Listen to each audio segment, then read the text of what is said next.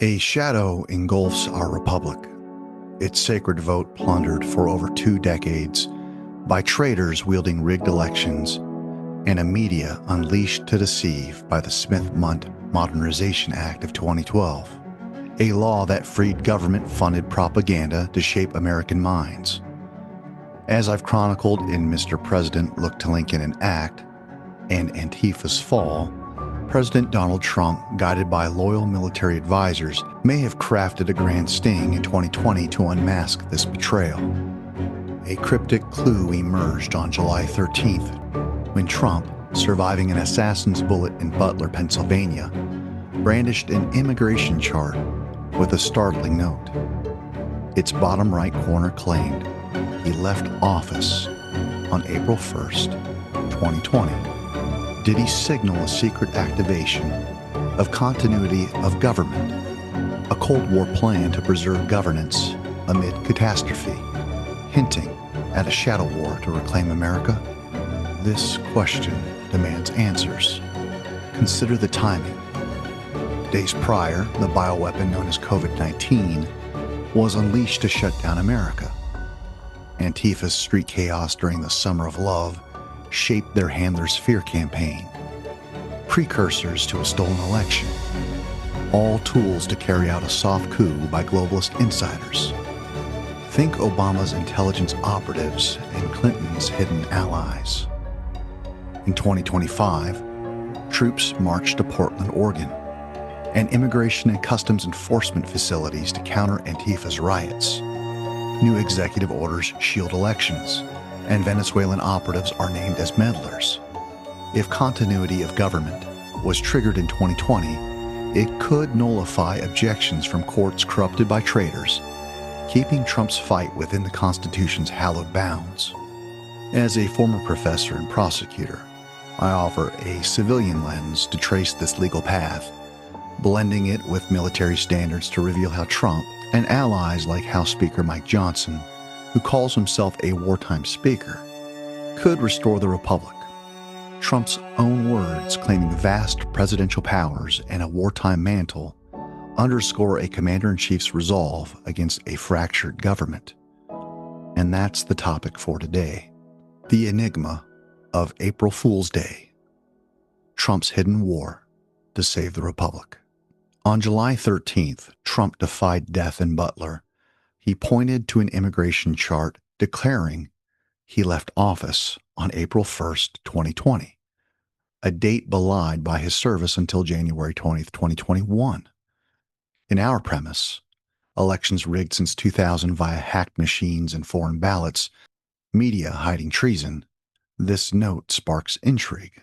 Continuity of government is a classified system, born in the Cold War to ensure governance survives crisis, like nuclear war or a coup.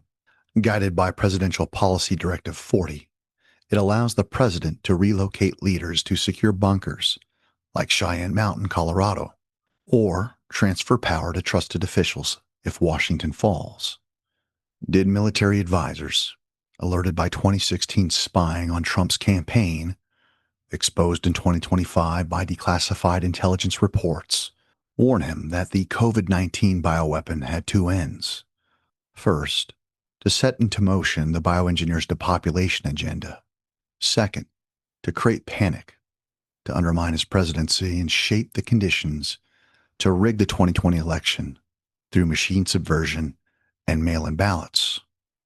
Could continuity of government have been activated on April 1st, 2020 to counter the insurgency, shield a sting operation, with Trump's departure a coded signal of a shadow presidency?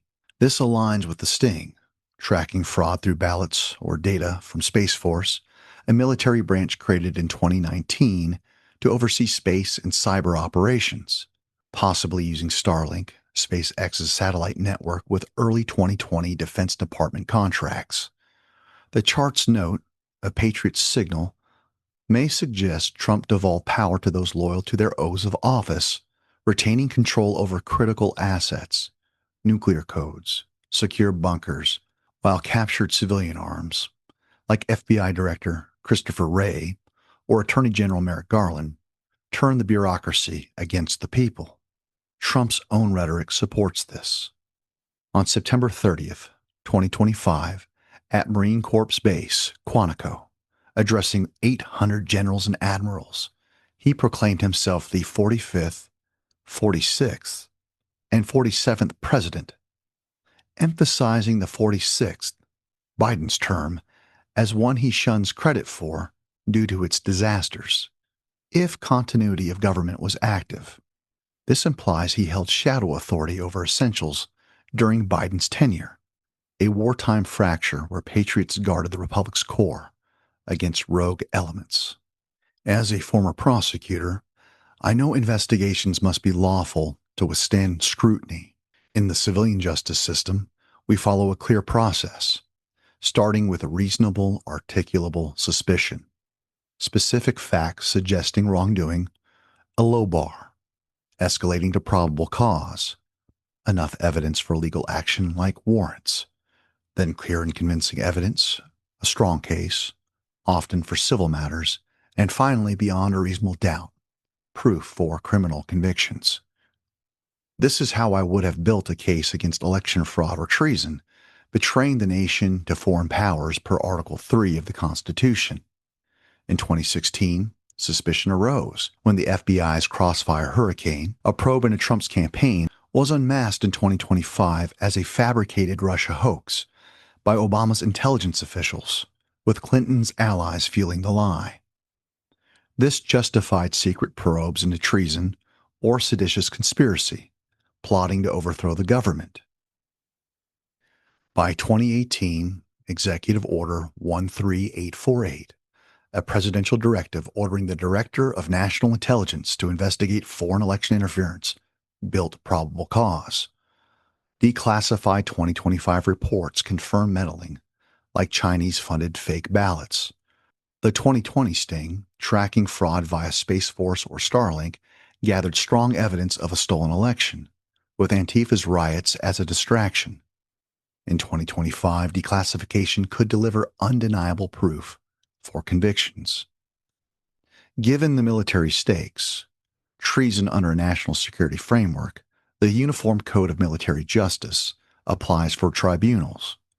Military investigations start with preliminary inquiries, like reasonable suspicion, based on credible information of crimes like aiding the enemy. Commanders' investigations, akin to probable cause, justify charges, leading to courts-martial, requiring proof beyond a reasonable doubt, as in civilian courts. In a continuity of government scenario, military tribunals could prosecute traitors if civilian courts are captured, bypassing corrupted judges. Trump's sting, if under continuity of government, blended civilian evidence building with military rigor, preparing for tribunals. Trump's assertions of power fuel this path. On July 23, 2019, at a Washington, D.C. youth summit, he declared, "I have an Article 2, where I have the right to do whatever I want as president," invoking the Constitution's executive authority. On March 18, 2020, amid COVID-19, he called himself a wartime president, framing the crisis as a battle against an invisible enemy. House Speaker Mike Johnson echoed this, calling himself a wartime speaker on April 16, 2024, and again on February 24th and June 12th of 2025, citing the consequential times of his tenure amid political battles and national unrest. Their rhetoric paints a fractured government, patriots like Trump and Johnson holding the line, while captured officials betray the people. Trump delayed arrests in 2017, knowing a deceived public, swayed by media lies, would reject them as tyranny, letting enemies overplay their hand while truth was stifled on Twitter, YouTube, and Google. The Insurrection Act, an 1807 law, allows the president to deploy troops or federalize the National Guard to stop rebellions or lawlessness, like a rigged election threatening federal authority. On September 27, 2025, Trump sent troops to Portland and ICE facilities, labeling Antifa radical activists tied to 2020's chaos, domestic terrorists, attacking federal sites. Oregon's leaders, possibly complicit, sued, claiming the move was unlawful. So here's a question to ponder. Does the Insurrection Act require Trump to announce its use, alerting traitors or a misled public? In a word, no. Section 254 requires only a public proclamation after invocation ordering rebels to disperse, as President Bush did in 1992 for Los Angeles riots.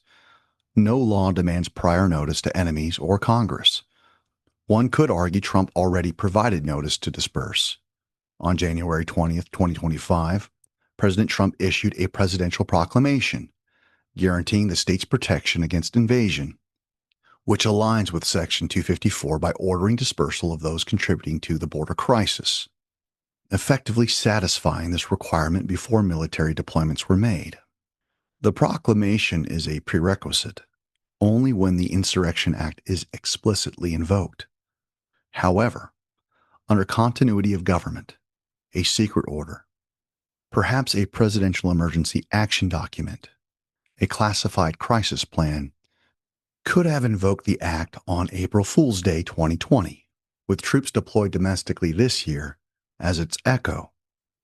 This would bypass the Posse Comitatus Act, which bars military use in domestic policing unless exceptions like the Insurrection Act apply. If continuity of government was active, complaints from captured courts like Oregon's would be powerless. Authority, even if devolved, would override tainted rulings. Trump's executive orders, directives with the force of law, reveal gaps. From 2017 to 2021, he issued 220 orders, none naming the Insurrection Act. Executive Order 13848, issued in 2018, set traps, ordering probes into election fraud, with 2025 leaks confirming Venezuelan, Serbian, and Chinese meddling. In 2025, 205 orders were issued, including a January border security order to repel the invasion and an order targeting Venezuelan narco-terrorists, which coincidentally involves election interference. Yet no order invokes the act. I believe the silence is deliberate. A sting thrives in secrecy, avoiding media cries of dictator. The April 1st chart hints at hidden orders, possibly tying continuity of government to Space Force's cyber tracking or Starlink's secure data, preserving evidence of the coup. The public, lulled by media lies claiming elections are secure, is the final battleground. Trump's declassification power, rooted in Article 2, can reveal sting evidence, track ballots, hacked systems, Venezuelan plots. The DNI, now led by patriots in 2025, could unveil this, as recent leaks expose 2016 spying. X, still shadow banning many, at least appears to be freer from corporate gatekeepers, and spreading truth is an easier prospect than in 2020. If corrupted courts block, as in 2020's 60-plus failed lawsuits, continuity of government's framework, shifting power to loyalists, prevails. The Constitution's 14th Amendment could bar traitors officials, or a House vote led by a wartime speaker like Johnson could restore governance. The chart's riddle, April 1st, 2020, may signal continuity of government's activation, a shield for a sting to expose a bioweapon and stolen election. Trump's Quantico claim as the 46th president suggests he held shadow control with Johnson's wartime resolve as his legislative ally. In 2025, troops in Portland, orders against Venezuela, and Antifa's defeat arch ripples. The Insurrection Act, if secretly invoked, awaits its proclamation when traitors are cornered. Article 2, continuity of government, and declassification form a legal trinity to slay the coup.